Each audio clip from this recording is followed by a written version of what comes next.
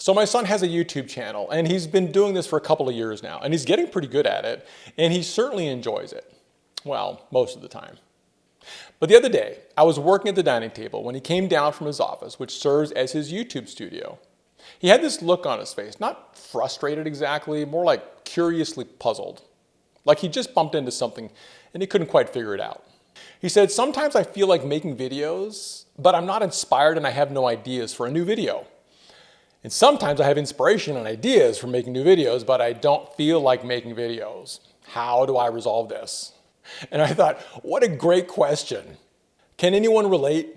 Anyone else out there want to do the thing you know you want to do, but you're just not feeling it?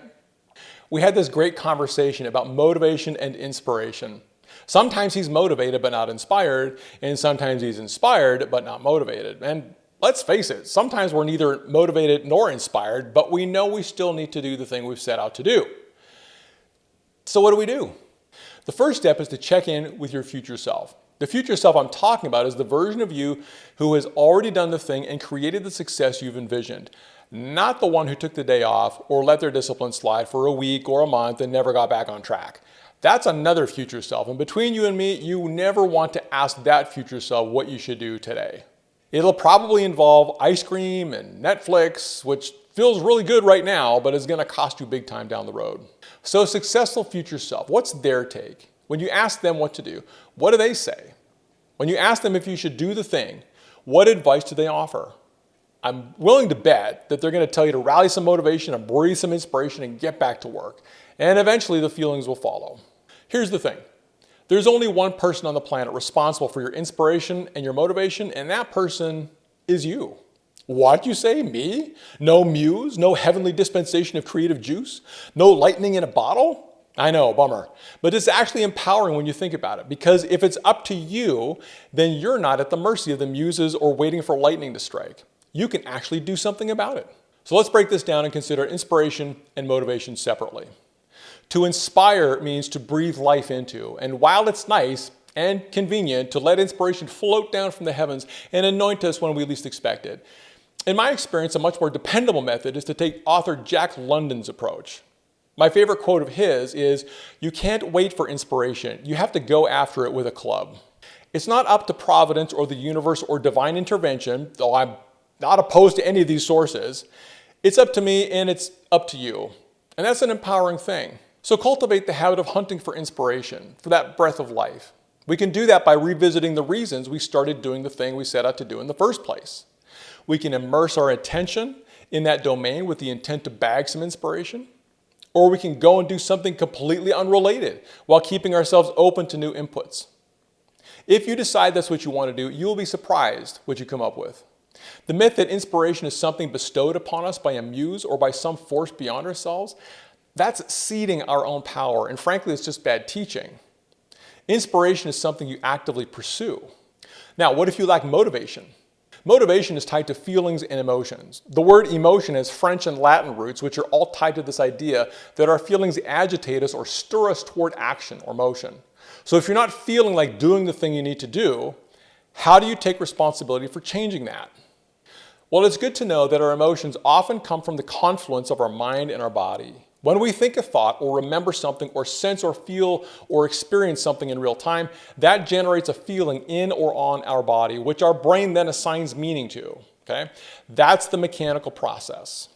And this is good news because it means you can change your emotions by changing your feelings, and you can change your feelings by redirecting your mental activity, what you're thinking about or ruminating on, and by redirecting your physical activity.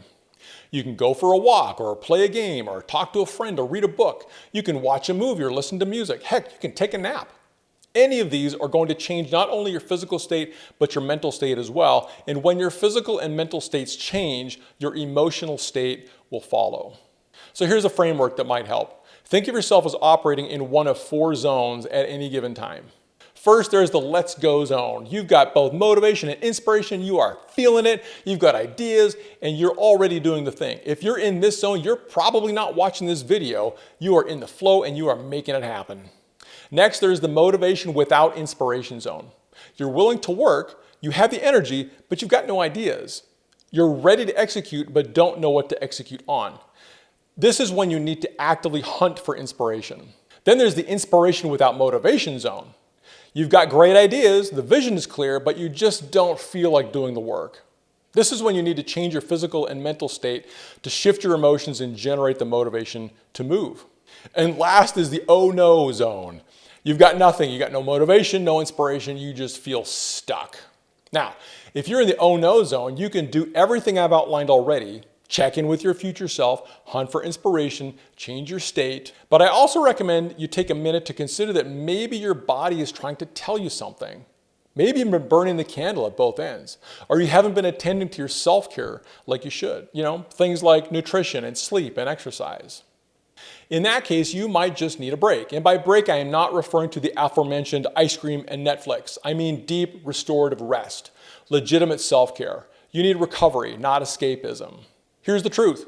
When we're young or we're just starting out with something new, it's hard to tell where we are. We lack the self-awareness to recognize which zone we're in. But developing the awareness that there are different zones is a good first step.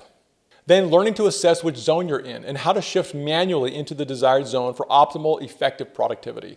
That comes with time and experience. As the apprentice becomes the craftsman, he learns where that threshold is between I need rest and I'm making excuses. There's a lot of nuance in that gray area, and it probably depends on the person, the context, and the creative endeavor being undertaken. This is the kind of thing that can only be learned through trial and error. But the awareness itself, that you can start cultivating right now. Whenever you're not feeling it, pause and reflect. Which zone am I in? And then get off your butt, redirect your physical and mental state, breathe some fresh air, get some rest if that's what you need, and then go get busy. Go do your thing. You are not at the mercy of the muses. The universe is not withholding permission. You're the one responsible for generating your own motivation and inspiration. And that's actually good news because it means you have the power to do something about it. I hope this is helpful. If it is, share it with someone you care about who might need to hear it. And hey, check out my son's YouTube channel, JFI Creator. He's got some wild creative stuff going on there, and he's learning to navigate these zones himself. We all are. The choice is yours. Keep going and keep growing.